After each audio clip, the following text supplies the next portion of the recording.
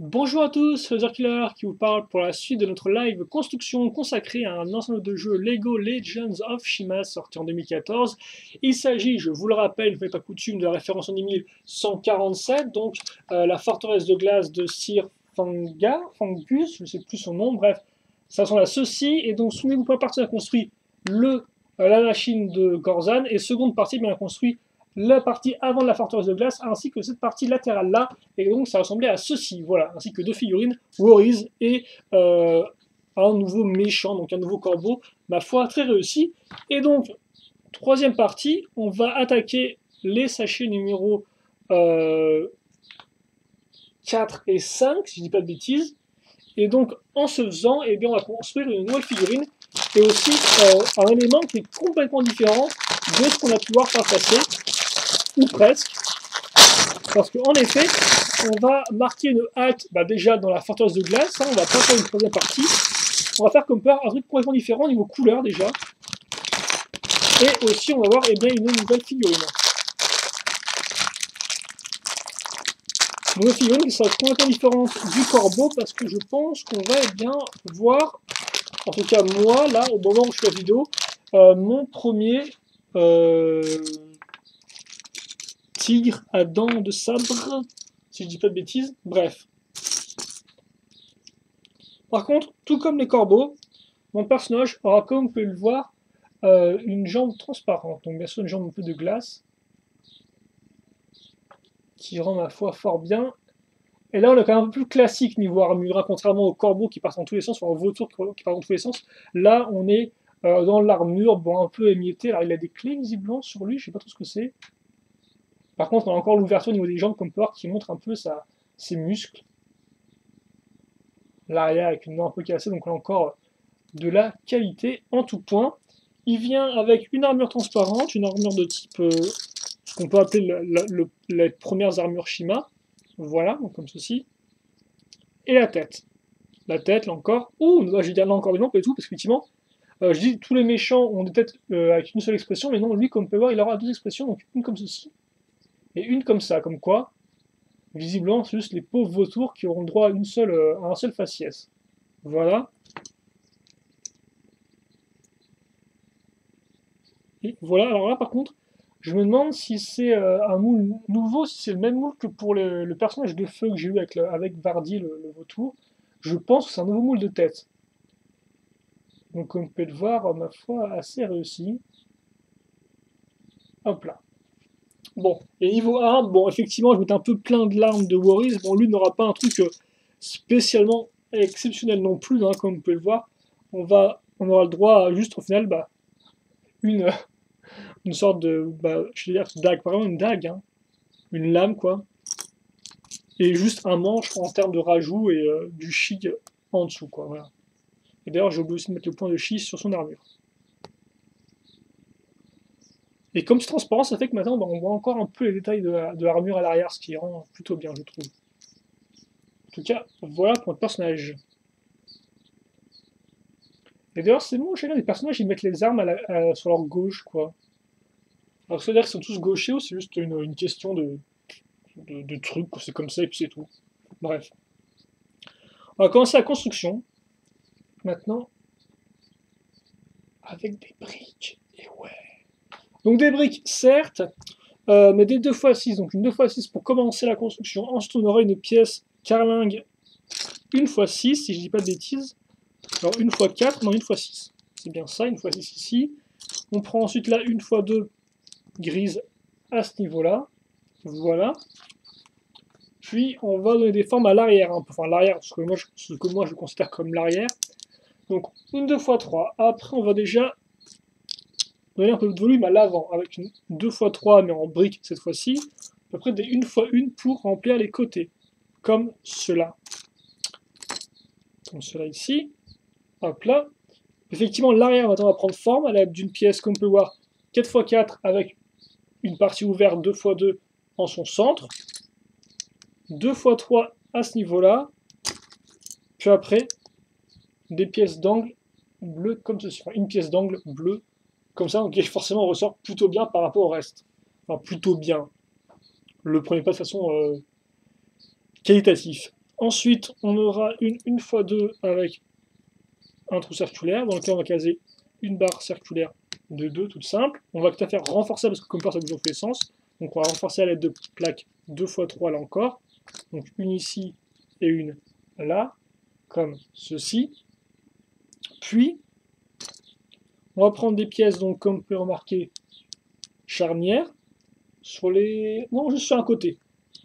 Et quitte à faire, on va prendre une pièce en biais à ce niveau-là, voilà, ainsi que cette pièce ici, comme ceci.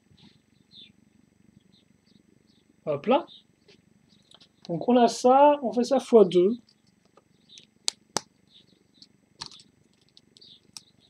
Comme ceci. Voilà. Hop là. Donc voilà ce qu'on a pour l'instant. Alors, Lego me dit, laisse-le ouvert. Donc ok, je vais faire ça. Ensuite, je vais caser ceci ici. Donc là encore pour... oui, au fait, oui, solidifier et lier les pièces charnières avec eh bien, le reste de la structure. Et ce, grâce à ma pièce 4x4 avec l'ouverture en son centre.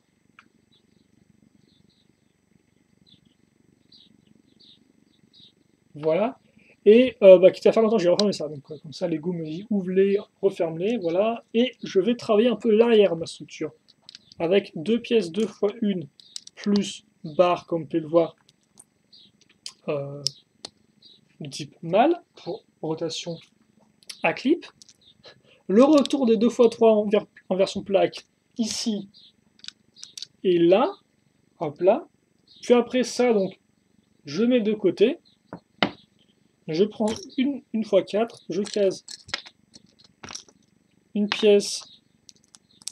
Donc, oula, une jolie couleur caramel, je trouve celle-ci. Alors encore avec la lumière, vous peut-être pas trop voir, mais jolie couleur caramel. Hop là. Mais d'ailleurs, c'est bizarre cette couleur, je ne sens pas la revue auparavant. Enfin, il me semble que la teinte est un peu spéciale. Étrange. Enfin, après, auparavant, elle date pas de 2014, c'est date de bien avant, hein, bien sûr, mais voilà quoi. Moi, ça fait longtemps que je ne l'ai pas vu, même que je l'ai jamais vu. Je ne saurais trop vous dire. Donc, comme on peut voir, pièce lisse, transparente, pièce charnière ici. Ça, on va le relier à ce niveau-là. Voilà. Donc oui, je mets ça comme ça, il n'y a pas d'indication particulière sur la façon de régler l'angle de la pièce charnière. Je fais ça x2, quitte à faire. Hop. Et hop, donc logiquement, je devrais avoir ça ici. Et logiquement, je devrais avoir une seconde pièce comme ça, à ce niveau-là. Comme ceci. Puis, là, 2x6, comme ça. Donc, les 2x1 avec les accroches à clip. Donc, en fait, on va continuer ça. Donc, je pense que c'est continuer de faire des accroches pour juste la décoration. Donc, voilà à quoi ça ressemble pour l'instant. On va continuer avec les 2x6, mais qui ne serviront pas à créer un pont, qui serviront plus. Oh, quoique. Non, pas vraiment un pont, plus ça vraiment à bien cacher toute une partie. Donc, en dessous, je casse des 1x2 plus l'accroche comme ceci.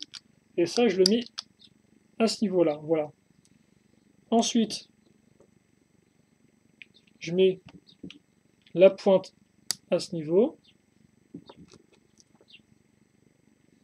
Donc, dans cette pièce-là, avec la petite accroche à clip. Comme ceci. Et donc, voilà ce que j'obtiens pour l'instant. C'est plutôt intéressant au niveau forme, je trouve, avec les différentes pièces en biais qui se cumulent. L'étape 20, eh bien, une seule pièce, une x2 à l'avant. Très compliqué. Nos avant-dernières pièces 2x3, donc une ici et une sur l'autre côté. Quitte à faire entre les deux, plus ou moins, j'ai casé une pièce bleue qui fera aussi, comme vous pouvez voir le lien entre la pièce 1x3 ici et la 1x6 à ce niveau-là, enfin qui fera le lien, qui liera un peu les deux ensemble, même si bon, elle s'est déjà bien renforcée auparavant, donc ça ne sert pas non plus de méga accroche, quoi. Et ensuite, ok, je vais renforcer ces pièces-là en ajoutant des pièces charnières au-dessus. Donc en clair, je prends une pièce charnière et je voilà, l'accroche ici, comme ceci. Et ça, je le fais x2, logiquement.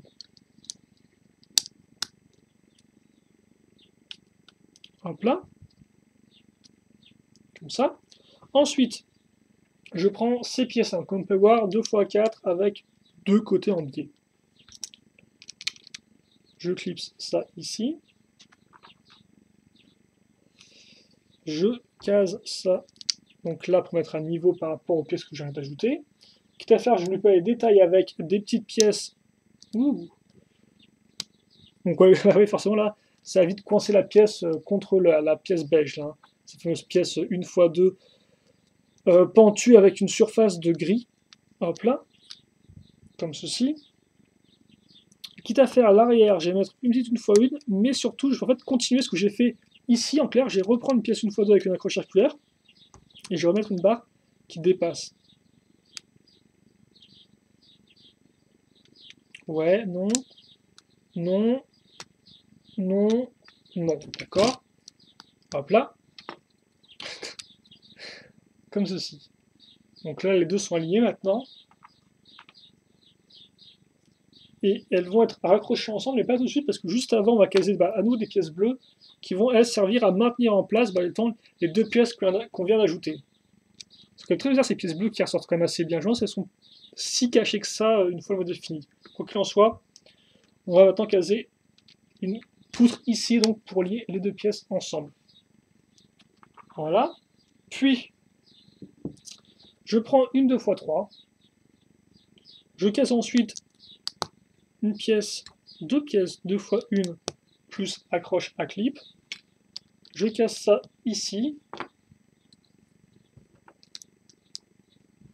Hop là, hop là. Et hop là. Et donc ça, je le mets là-dessus, sur la partie du haut. Donc je suppose que la partie du bas va servir de stop un peu pour bloquer tout ça. Ouais, c'est ça, effectivement. Elle va bloquer très rapidement mes pièces. Et donc me servir à donner une forme particulière à ces parties-là, pour un angle bien particulier, pour une forme bien particulière. Ensuite, je prends une pièce avec ton nom à l'avant. On n'a pas vu des masses des pièces comme ça, je me rends compte pour l'instant. Alors que souvent maintenant, dans les Lego récents, on en voit pas mal. Là, on n'en a pas eu plus que ça, quoi. Je mets ça à l'avant. Quitte à faire, je case mon petit pelot de contrôle là encore qui est en imprimé. Bon là par contre, je suis vraiment sûr que ce n'est pas une pièce toute nouvelle, hein. Ça date il y a un certain temps déjà. Donc ça, je le case. Bah, quitte à faire, je vais oublier, il fait que je vais mettre ça ici. Et donc, grâce à ça, maintenant, j'ai encore plus coincé, comme peut voir, mes pièces là. Là, vraiment, je les ai coincées dans un angle très particulier. Je peux juste les bouger d'1 degré et c'est tout, quoi. Donc là encore, tout ça pour la forme générale que je donnais à mon véhicule. Enfin, que je veux donner, que les designers, bien sûr, Lego, ont voulu donner au véhicule, quoi. Parce que oui, c'est visiblement un véhicule qu'on est en train de construire, donc vous n'avez pas remarqué. Donc ça, je le casse ici, tu me diras maintenant avec le panneau de contrôle, ça me semble assez évident. Donc tu me diras, ça aurait pu être aussi une tourelle, mais je crois que le véhicule fait les deux. Bref. Donc j'ai mis ça ici. J'ai bien passé la partie à la pièce grise. Ça, je mets de côté. Je prends maintenant une x4. Je casse dessus une. Bah, en fait, une 2x, non, une 2x4 et une 2x4 avec une accroche comme port circulaire au bout. Je mets ça là. Hop. Je casse ça comme ceci. Et donc, normalement, il y a un sticker qui va là. Hop là. Et là encore, on a vu assez peu de stickers, je trouve, dans cette construction. Je reste comme ça parce qu'effectivement, maintenant, en dessous, je vais prendre eh bien, ces deux pièces 1x1, caser mes dernières pièces bleues. Donc, qui ressemble à ceci. Dessus, je case une pièce transparente. Je clip ça comme ça. Ça, je le mets à ce niveau-là. Et je pense que, ouais, effectivement, je vais relier maintenant mes deux pièces grâce à la pièce lisse 2x2, comme on peut voir, lisse. Et donc ça, eh bien, je le case ici, comme ceci. Et donc, normalement, je peux mettre un personnage dedans. Et je suppose qu'en fait, je peux aussi mettre ça comme ceci. Et donc, après, ce qui se passe, c'est que là, il met ça tout droit. Mais je pense que je suis censé baisser les dents. Et donc, comme on peut le voir, en fait, bah, j'ai une tête. Voilà, j'ai une tête de tigre à dents de sabre. Et là encore, par contre, je pense qu'ils sont censés comme ça. Et comme ça pour le mode vol, je suppose, avec les ailes dépliées. Je veux pas trop sur, c'est pas montré sur le mode d'emploi, tiens. À l'arrière du truc. Oh oui, non, c'est pas, c'est bizarre ça. C'est pas montré, ah si, c'est montré, ouais. Oui, c'est bien comme ça, effectivement, qu'on met le véhicule en mode vol. Voilà. Et donc, pour le voir sur le, bah oui, oui effectivement, c'est visiblement une des grosses fonctionnalités enfin, une des gimmicks principales de Shima 2014 Vague 2, c'est le fait qu'effectivement, la plupart des véhicules, en fait, forment deux véhicules, voilà. Enfin, véhicules structure, les 7 sous préférés, voilà. Hop là. Donc je vais mettre tout de côté, et j'ai bouclé au final mon second mode d'emploi. On va passer au troisième, qui est un peu plus gros, comme vous pouvez le voir. Niveau pièces restantes, voilà ce qu'on a. Donc à part un manche, rien de spécialement incroyable. Et donc, bah tiens, visiblement, on va commencer le sachet 5 avec à nouveau une nouvelle figurine. Et normalement, c'est la dernière, si je pas du du set. Et c'est bah, quand même, bah, c'est Sir Fangar, quoi. C'est Fangar, je ne sais jamais du nom, tiens. Sir Fangar, voilà.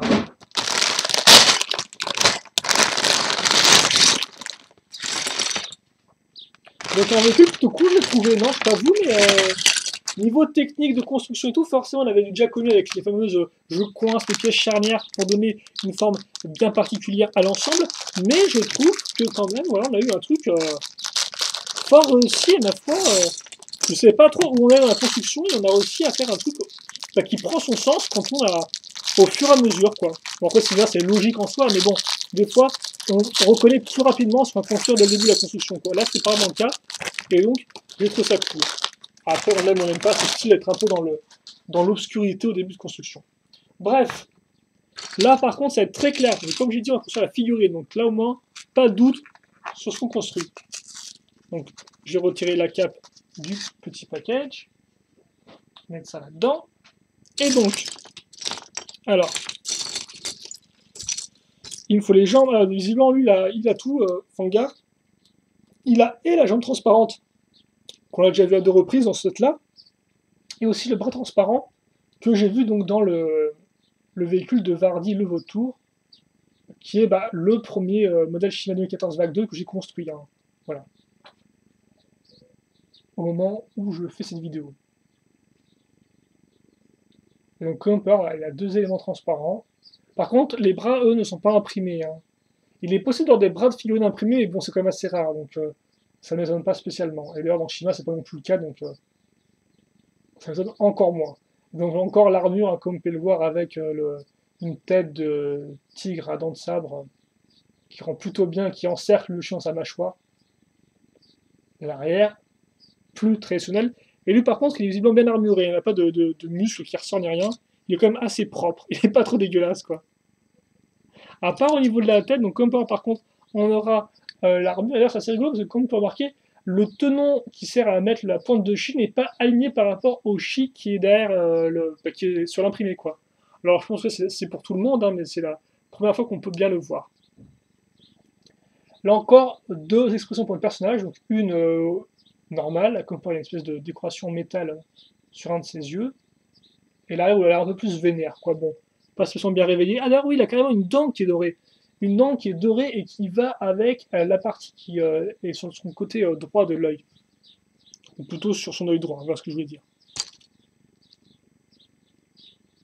Ah oui, il a quand même une belle dentition maintenant. Il a pas l'air très malin comme ça avec ses petites dents à l'avant, là, en tête. Bref, il fait un peu plus flipper sur les côtés. Donc voilà, donc on a vu les photos de face avec Fangar qui t'a fait. Hein. Voilà. Donc la pointe de chi, enfin la pointe de chi, je vais poser comme ça, mais on se prend une pointe. Et après donc une nouvelle arme. Donc comme vous pouvez le voir, c'est vraiment une patte avec un tenon, une accroche, et à l'intérieur, eh bien 3 accroches, donc même 4 en fait, si on compte celle-ci, mais 3 accroches femelles, diamètre main de mini-figurine, et donc on en sert pour caser des griffes. Et par contre, je suis en train de me rendre compte que j'ai carrément oublié la cape sur Fangar, donc oui, ça m'arrive les oublis. C'est la première fois que j'ai un véritable oubli dans cette review, dans cette live construction, qu'on va pas trop non plus on m'en tiendra pas trop compte, quoi, voilà. Voilà. Allez.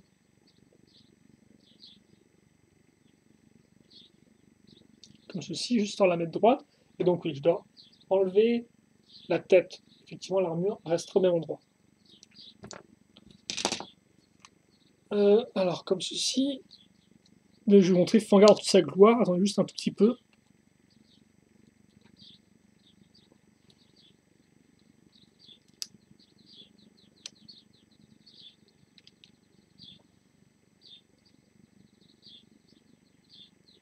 Voilà.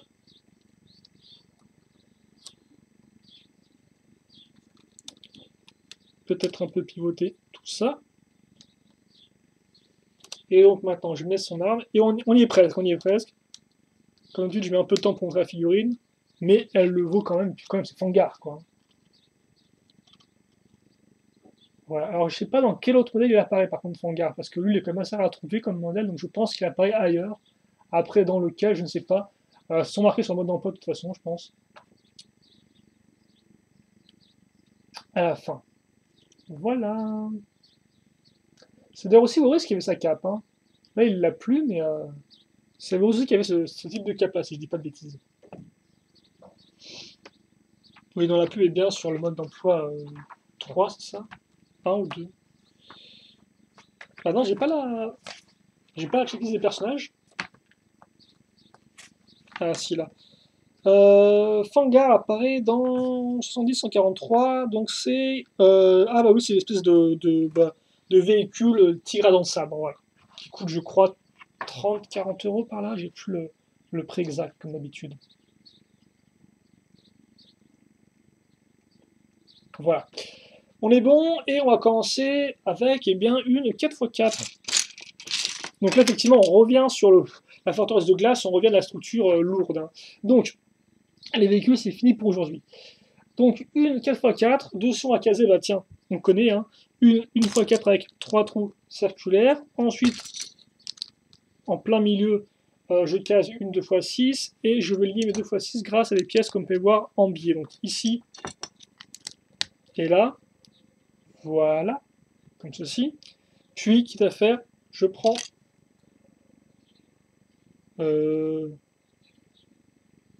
comme ceci plutôt. Hop là, voilà, ma 2x8. Et maintenant, je vais prendre des 1x1.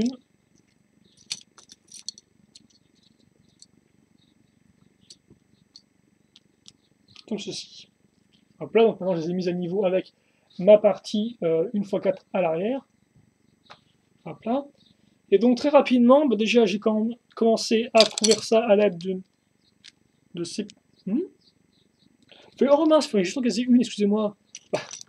J'ai pas les oublis maintenant, c'est fou ça, j'ai pas les erreurs. Après Fangar. Je vais me reconcentrer parce qu'effectivement, oui, il nous faut effectivement un petit escalier, quoi. Donc comme ça, 3 paliers pour caser cette pièce-là. Ceux qui me suivent commencent à connaître cette technique maintenant. Enfin, cette technique, entre guillemets, cette façon d'accrocher une pièce qui requiert effectivement plusieurs paliers de pièces. Ou plusieurs niveaux. Bref. On a ça. Ensuite, on va prendre une grosse plaque comme ceci. Et quitte à faire maintenant, on va pouvoir se mettre au niveau du sol. Voilà.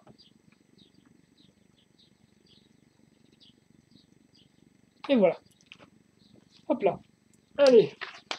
Donc maintenant, alors on va prendre des pièces toutes faites comme vous pouvez le voir d'angle, hein, comme ceci. Normalement, il y a des stickers qui vont là et aussi là. Et donc d'ailleurs, c'est x2 ça. Donc on en met une ici et une là. Et normalement, il y a donc double dose de stickers, donc 4 en tout si vous suivez. Donc voilà l'arrière. Bon, on va s'intéresser bien sûr à ce qu'il y a à l'intérieur. Voilà. Et on va continuer avec des pièces comme par, c'est des piliers 2 x 1 x 5 de hauteur, mais comme pas avec une rainure à l'intérieur. La partie mâle d'une rainure. Donc j'accroche ça ici. Ça fait directement le lien avec la pièce, comme vous pouvez voir, d'angle là. Hop là. Et quitte à faire, alors faut pas que je me trompe, mais sur un côté, on va caser quand même un pilier normal. Puis après, on va faire le pont entre les deux parties d'angle à l'aide d'une 1x6, comme ceci. Ensuite, je trouve une pièce charnière, une plaque charnière, vraiment une brique charnière que j'ai assemblée moi-même, comme ceci. Donc là, par contre, n'a pas de friction du tout par rapport aux plaques charnières, il faut le savoir, ça. même si les deux ont un peu la même fonction, l'une a une bonne friction, l'autre n'en a pas du tout, quoi.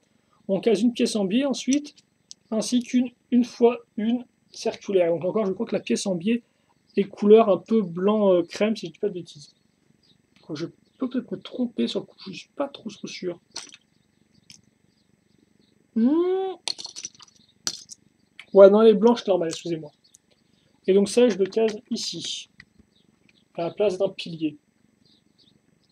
Comme ça, je vais un peu continuer à donner de la longueur ou de la profondeur, c'est au choix, à ma structure, à l'aide de 2 pièces 1x8. Quitte à faire les trous vont être bouchés à l'aide de petites pièces 1x1, classique. Voilà. Puis, là 1x1 avec 2 accroches, 2 tenons sur les côtés. Enfin, juste un tenon sur les 4 côtés. Évidemment, ce sera pas une structure, ça. Donc, la petite pièce pentue. Une petite pièce d'accroche maintenant. Et en fait, ce sera et oui, une enclume. Et il me semble qu'on a déjà vu une enclume par le passé, c'était dans le repère Croco, non? Je peux me tromper, mais il me semble qu'il y avait une enclume aussi dans cette là. Donc un autre Shima, bien sûr. Hein. Qui était d'ailleurs lui aussi édition spéciale qui coûtait 70 €, et qui est d'ailleurs plutôt pas mal dans son genre. Voilà, comme quoi au final, au fil des années, on a eu quand même quelques petites structures Shima, on n'a pas rien eu non plus, quoi. Et j'ai oublié de le caser aussi, mais on a une x 2 transparente et une x 2 avec un seul tenon, qui sera bien utile pour accrocher notre enclume à ce niveau-là. Comme ceci. Voilà. Ensuite, hop là.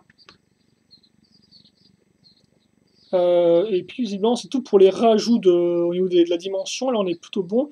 Maintenant on va quand même un peu s'occuper de décorer tout ça et de faire monter les murs je pense. Hein. Donc déjà on va caser des pièces 1x2 avec une partie pentue comme on peut remarquer, donc pourquoi pas, ça c'est particulier. Hop là. Comme ceci. Là 1x4, donc d'ailleurs qu'il n'y a pas une x4 normale, avec une x4 avec une partie rainure femelle, hein, comme on peut remarquer ici. On a beaucoup de rainures là-dedans, je ne sais pas si cela aura une utilité par la suite, j'ai mes doutes quand même. On case de 1x2 à ce niveau. Dernière pièce un peu marron, donc on retrouve la 1x2 avec le tenon au milieu. Une pièce de chi ici. D'ailleurs, je me demande si on aura du chi doré ou pas, cette vague-là. On en avait eu aussi avec la première vague 2014, à ma grande surprise, mais là, j'ai des doutes. Vu qu'on a effectivement déjà le chi un peu couleur rouge, orange. Donc, des deux côtés, on casera des pièces 1x1 avec un trou circulaire. Et forcément, on va mettre la petite barre dedans. Là encore, ce sera, je pense, pour relier ce module-là à ce module pour compléter notre forteresse de glace. Je n'oublie pas non plus d'ailleurs de caser ça ici. Donc là, 1x3 et on continue sur les côtés à l'aide d'une 1x2. Donc on a ça, on a à niveau aussi qui est à faire là à l'aide de pièces 1x1. Et je pense qu'on est bon pour l'étape 16. La 17 me dit de continuer cette partie-là, donc à l'aide d'une 1x2 ici, mais aussi d'une 1x1 avec, là encore, le trou circulaire. Et sur les côtés, carrément, on va mettre une pièce bleue transparente, qui fait 2 briques de hauteur, direct. Allez, comme ça, là. Hop là. Étape 18 maintenant. On va caser une lame. C'est un peu le moule utilisé par les méchants, souvent. Alors, par contre, effectivement, je ne sais pas si c'est de la glace ou du chi, hein, vu que ça peut être utilisé pour les deux. Et sans le case là-dedans, grâce au tenon qui effectivement est troué, donc il n'est pas un tenon plein, comme par exemple ici sur la 1x1. Alors que là, effectivement, à côté, c'est un tenon qui est troué. Donc on met ça, excusez-moi, je perds un peu ma voix. On met ça ici, on ne peut pas plus l'enfoncer. C'est vous ça? On ne peut pas plus l'enfoncer. Je vais arriver ou quoi? Bref, on a ça, on est bien. On va mettre à niveau, enfin la partie ici à l'aide d'une pièce pentue et d'une 1x1 traditionnelle. Merci beaucoup monsieur. On va les lier, quitte à faire aussi avec une pièce charnière maintenant. Alors, par contre, on va être un peu loin de la construction. Voilà, on sera un peu plus près. On va faire entrer en action des pièces pentues maintenant. Un peu plus hautes, d'ailleurs, je pense que ça va les mettre à la même hauteur que ces pièces-là à l'arrière. Puis,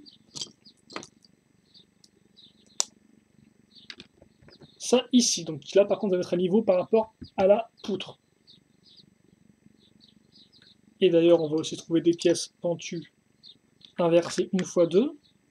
Première fois qu'on les voit, c'est de tout le modèle, si je dis pas de bêtises. Voilà. Et puis, quitte à faire, on va caser ces pièces-là, là. Donc on va bien lier tout ça ensemble. Donc, comme par c'est des pièces 2x2 qui ont des réunions sur les côtés et un cruciforme à l'intérieur. Donc ça, c'est plutôt cool comme type de pièce, je trouve. Très industriel dans le style. Je crois que c'est apparu avec Jack Stone, si je dis pas de bêtises. Voire peut-être avant avec le nouveau type de construction Lego City en 98/2000, quoi. Enfin, fin 90, début 2000, quand Lego City était fait avec vraiment des grosses pièces, quoi. Et Jackstone aussi, c'était un peu du TM City, mais avec des figures un peu plus grosses encore, des structures plus faciles à construire, mais aussi un peu plus imposantes niveau taille. Bref, j'ai mis ça là, j'ai accroché ça ici, j'ai ça là, ouais, bah, j'ai tout ce qu'il me faut, je crois, j'ai rien oublié de plus. Ouais, non, j'ai tout ce qu'il faut. On pose la page, arriver à l'étape 22, et donc compléter les parties sur les côtés à l'aide de pièces, comme vous pouvez le voir, en diagonale, donc comme ceci. Et d'une, et de deux, et bien caser des petites pièces maintenant, enfin des petites pièces, des petits cylindres bleu transparent x 4 qu'on va devoir donc mettre à l'arrière ici et aussi à l'avant là, donc sur les pièces pentues inversées. Donc ça rend bien, ça fait un peu alcove et tout, ça rend enfin, un peu planqué sous un truc, j'aime bien. Même bien sûr si on met des trucs au-dessus, quoi. Mais je pense que c'est ce qu'on va faire. Je pense, hein. Je peux non plus parler, je suis des fois très mauvais pour présager la suite du modèle, donc bon, mais voilà, je pense que ça va être le cas. Donc une fois deux avec un trou circulaire, une pièce micro-miron à ce niveau, interconnexion, barre de 4, pièce avec 4 barres dont un trou circulaire, trou cruciforme au milieu. J'enfonce ça par pot maximum, visiblement, il faut que je laisse un petit espace ici d'après mode d'emploi. Je mets ça bien droit. Pièce interconnexion. Donc voilà à quoi ça ressemble. Est-ce qu'on peut bien voir? Voilà. Barre de 5 maintenant ici. Je refais glisser cette pièce-là, une fois deux avec un trou circulaire. Interconnexion. Et barre de 2. Et grosse roue dentée. Voilà, donc voilà un peu ce que j'ai maintenant. Donc ça va me permettre ça de faire eh bien le pont, enfin d'accrocher ça au-dessus, comme ceci. Et oh, les pièces archées vont être utilisées sur les côtés. Donc les pièces archées, c'est ceci. Comme par des grandes pièces, c'est du normalement 1 x 12. Et on met ça ici. Voilà. Et ça là, comme ceci. Et donc, quitte à faire, eh bien, je vais prendre une x 2, mettre la pièce avec des tenons à l'avant, donc un peu plus grande que la 1 x 2, hein, traditionnelle, là c'est 1 x 2 et 2 x 2 sur le côté. Et ça, je le mets ici. Ça va faire que ça va aussi à lier un peu mieux mes pièces grises ensemble, et donc à lier un peu mieux les pièces archées.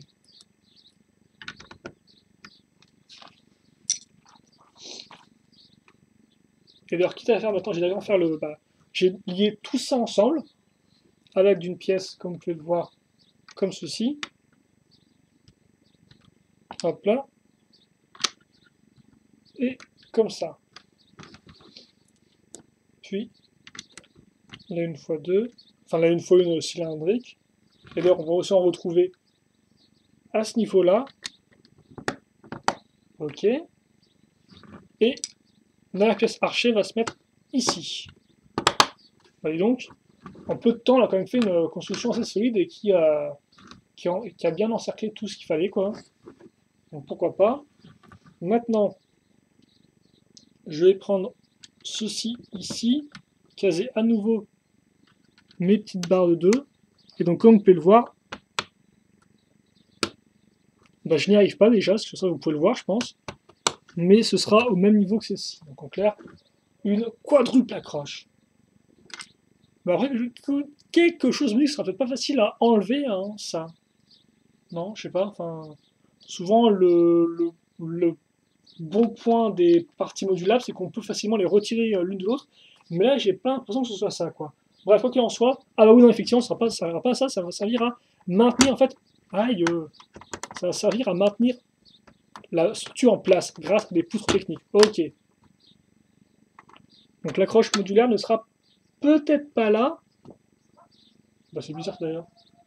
Oh, ok, en fait, depuis tout à l'heure, je crois que ça, c'est l'avant de la structure, alors qu'au final, pas du tout, parce que visiblement, ça, on va l'accrocher comme ceci. Ça, c'est l'avant. Donc, effectivement, là, comme peur, on a des accroches à ce niveau-là. Voilà. Bref, voilà pour ça, et voilà aussi pour cette partie de la vidéo. Parce qu'effectivement, et même le chien qui aboie pendant que c'est trop long, eh bien, on a bouclé la construction, et maintenant, eh bien, il ne nous reste plus que 2 sachets à aborder. Et donc, rapidement, je vous montre ce qu'on a construit dans cette partie-là. Hein. Donc, souvenez-vous, on a construit donc la partie un peu, la première partie intérieure de la forteresse, hein, parce qu'effectivement, on a fait la partie extérieure. Donc, vêtement la partie intérieure, là, assez vaste et assez haute aussi, ainsi donc que l'espèce de véhicule qui aura seulement une seconde fonctionnalité au sein de la forteresse. Par la suite, on verra ça ensemble dans la dernière partie. Et n'oublions pas, bien sûr, nos 2 figurines, nos 2 dernières figurines du set, en la personne de Sir Fangar. Et, alors oui, j'ai plus son petit nom à lui. Toi, tu es visiblement Strénor. Voilà. Et donc, je pense qu'on va se quitter là-dessus. Moi, je vais quand même boire un coup, histoire de pas trop tout sauter. Et donc, on se donne rendez-vous pour si je devais me citer, la 4e et normalement dernière partie de notre live construction consacrée à la forteresse de glace. Bien sûr, si en l'instant vous avez des questions, des commentaires sur ce soit construit dans cette partie-là, n'hésitez pas à les poser, j'y répondrai avec grand plaisir, comme d'habitude. Et puis, on se retrouve pour la 4e partie. Allez, salut à tous et à la prochaine. Salut, salut.